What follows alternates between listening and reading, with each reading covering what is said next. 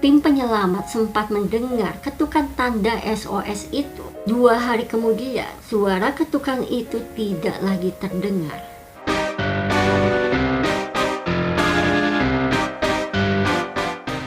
Assalamualaikum warahmatullahi wabarakatuh. Hai teman-teman, welcome back to my channel. Bareng aku, Elsha Septa. Kabar tenggelamnya kapal selam KRI Nanggala 402 memberikan duka dan kesedihan mendalam bagi seluruh masyarakat Indonesia, terutama bagi keluarga awak kapal. Insiden ini juga mengingatkan atas kecelakaan kapal selam yang pernah terjadi di dunia. Kejadian kecelakaan kapal selam terjadi beberapa kali sebelumnya. Bahkan pada skala internasional, hal ini terjadi cukup sering dan menimbulkan korban yang cukup besar. Berikut ini deretan kecelakaan kapal selam di dunia yang cukup terkenal. Kapal selam apa saja kah itu? Gak usah basa-basi, kita langsung aja ceritanya. Let's start the story. Kapal selam Kursk atau K-141 merupakan kapal selam rudal jelajah bertenaga nuklir kelas Oscar II milik Rusia. Pada Desember 1994, Kursk jadi salah satu dari 30 kapal yang ambil bagian dalam latihan X-Summer yang ditugaskan Angkatan Laut Rusia. Pada 12 Agustus 2000, pemerintah Rusia menyatakan kapal selam Kursk tenggelam di Laut Barents. Kursk mengalami ledakan saat bersiap menembakkan torpedo tiruan selama latihan saat bermanuver di Laut Barents yang mengakibatkan hidung kapal rusak parah. Air laut pun segera masuk ke lambung kapal. Kebocoran high test peroxide dari salah satu torpedo tipe 65 diyakini telah menyebabkan ledakan tersebut sebelum torpedo itu diluncurkan. Angkatan Laut Inggris dan Norwegia pada saat itu ingin memberikan bantuan untuk melakukan pencarian, tapi Rusia menolak bantuan itu dan alhasil hanya bagian busur kapal saja yang diselamatkan. Kapal selam Angkatan Laut Rusia itu menghilang di Laut Barents yang menewaskan 118 awak kapal. Namun demikian, tidak semua awak kapal meninggal pada saat terjadinya ledakan. Saat kapal selam itu menghantam dasar laut, masih ada 23 awak kapal yang bertahan di kompartemen 9. Para awak kapal yang berhasil menyelamatkan diri masuk ke dalam ruangan itu sempat mengirim tanda SOS dengan mengetuk-ngetuk badan kapal. Tim penyelamat sempat mendengar ketukan tanda SOS itu, namun pertolongan tidak bisa dilakukan karena terbatasnya peralatan. 2 hari kemudian, suara ketukan itu tidak lagi terdengar. Hingga akhirnya mereka kemudian meninggal karena kekurangan oksigen. Bangkai kapal itu berhasil diangkat lewat operasi yang rumit dan menyedot anggaran yang cukup besar. Namun, bagian haluan diledakkan di bawah laut karena masih terdapat torpedo dengan hulu ledak aktif. Bahkan, kisah nyata ini diangkat dalam film layar lebar berjudul Kursk yang tayang pada tahun 2018 di bawah arahan sutradara Thomas Vinterberg. Film itu menceritakan bagaimana mereka ini yang selamat dari ledakan itu bertahan hidup di dalam kapal selam itu.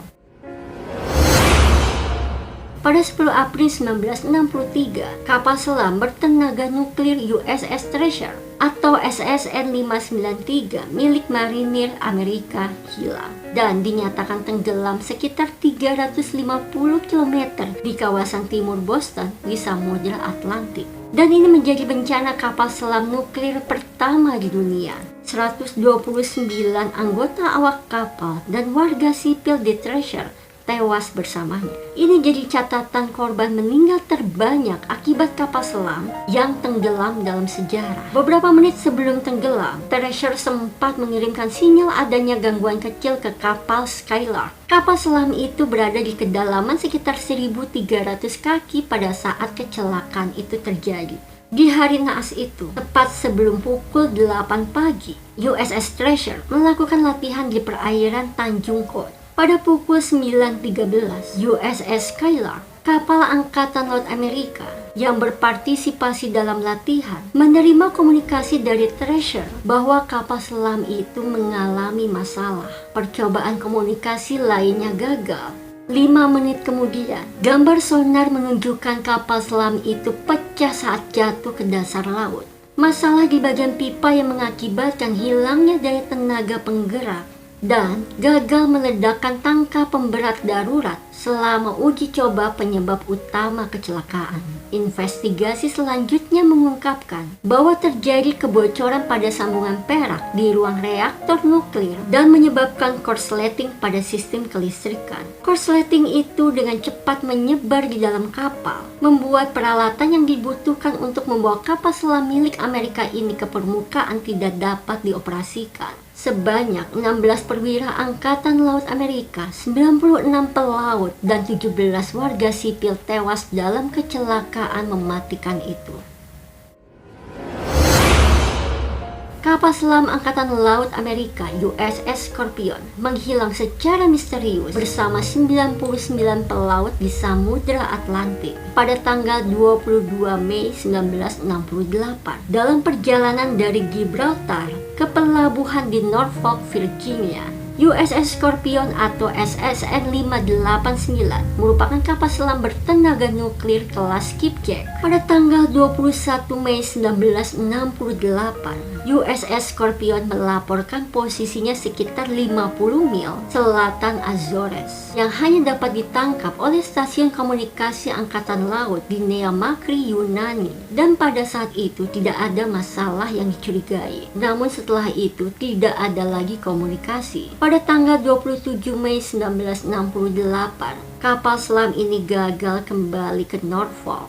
Tidak ada yang mengetahui penyebab hilangnya kapal selam Scorpion ini. 5 bulan kemudian, kapal itu ditemukan di kedalaman 3.000 meter di perairan barat daya Azores. Scorpion diketahui sebagai salah satu dari 4 kapal yang hilang secara misterius pada tahun 1968. Menurut dokumen pada tahun 1984, diduga USS Scorpion tenggelam akibat ledakan torpedo yang tidak disengaja sehingga menghancurkan lambung kapal. Angkatan Laut Amerika melakukan pencarian. Kapal selam dinyatakan hilang pada tanggal 5 Juni 1968 dalam status keadaan tidak berperang. Insiden ini menewaskan 99 awak kapal. Kapal selam Ming 361 atau The Great Wall merupakan kapal selam diesel listrik milik Angkatan Laut Tentara Pembebasan Rakyat Cina.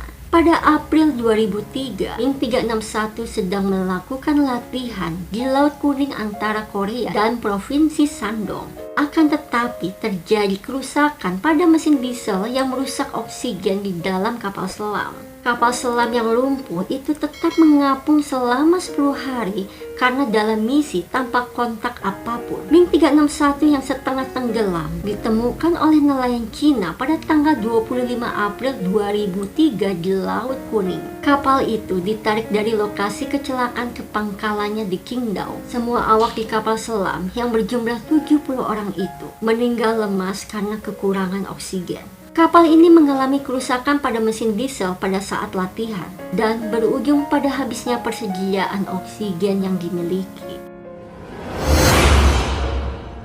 Ara Sang Juan. Kapal selam milik Angkatan Laut Argentina ini merupakan buatan Jerman dan mulai beroperasi pada tanggal 19 November 1985. Kemudian diperbaharui dari 2008 hingga 2013.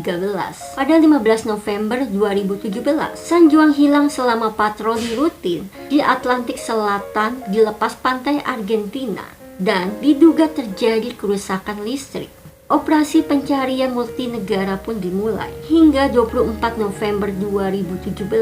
Lebih dari 14.000 personel dari 13 negara dikerahkan untuk membantu pencarian kapal selam ini. Pada 27 November 2017, terungkap bahwa snorkel San Juan ini bocor sehingga air ini masuk ke baterai penyimpanan depan sehari sebelumnya yang kemudian memicu kebakaran.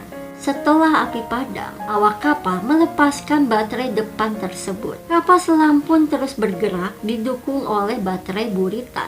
Pada 30 November 2017, 15 hari setelah kapal selam San Juan ini hilang, otoritas memutuskan mengakhiri operasi penyelamatan. Namun pencarian kapal selam di dasar laut terus dilanjutkan. Sebanyak 44 awak dinyatakan hilang dalam kejadian ini. Setahun kemudian, Tepatnya pada tanggal 16 November 2018, Angkatan Laut Argentina melaporkan bahwa bangkai kapal San Juan telah ditemukan di kedalaman 907 meter. Puing-puing kapal selam yang meledak itu tersebar di area seluas 8.000 meter persegi.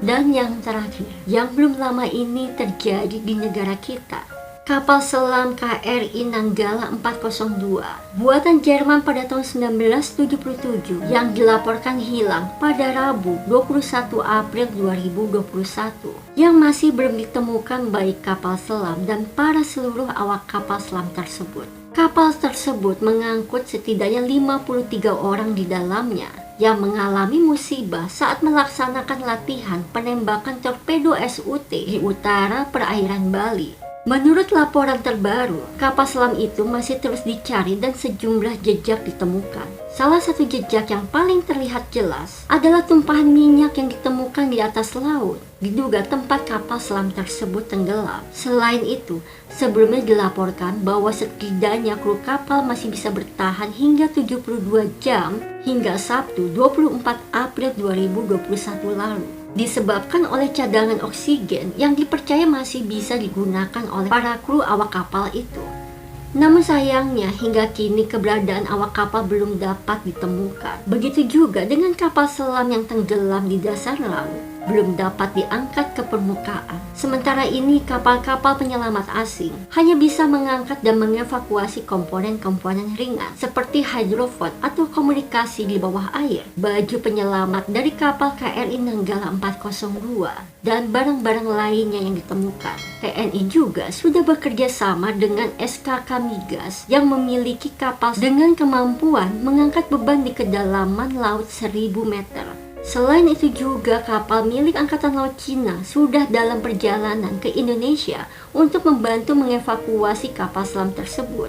Kalau menurut laporannya, kapal selam Angkatan Laut Cina ini mungkin tiba sekitar akhir April atau awal-awal Mei. TNI Angkatan Laut terus berupaya evakuasi KRI Nanggala 402. Mereka masih siaga di utara perairan Bali untuk terus melakukan evakuasi hingga saat ini. Kapal MV Swift Rescue milik Singapura pun masih berada di perairan Bali untuk membantu mengangkat badan kapal selam itu. Pada Minggu 25 April 2021, KRI Nanggala 402 dinyatakan berstatus subsang atau tenggelam di kedalaman 838 meter. Dan 53 awak kapal KRI Nanggala 402 dinyatakan gugur. Sekecil apapun harapannya, kita berharap sebuah keajaiban. Dan kita doakan bagi seluruh keluarga korban awak kapal KRI Nanggala 402 agar diberikan ketabahan dan kesabaran atas kejadian ini. On Eternal Patrol, 53 patriot bangsa, mereka tidaklah hilang dan tidak juga tenggelam, tapi mereka kini menjaga laut Indonesia untuk selamanya. Doa kami untuk para pahlawan bangsa. Maaf kalau ada kekurangan salah-salah kata maupun informasi. Segitu dulu aja video kali ini. Sampai ketemu lagi di video-video selanjutnya.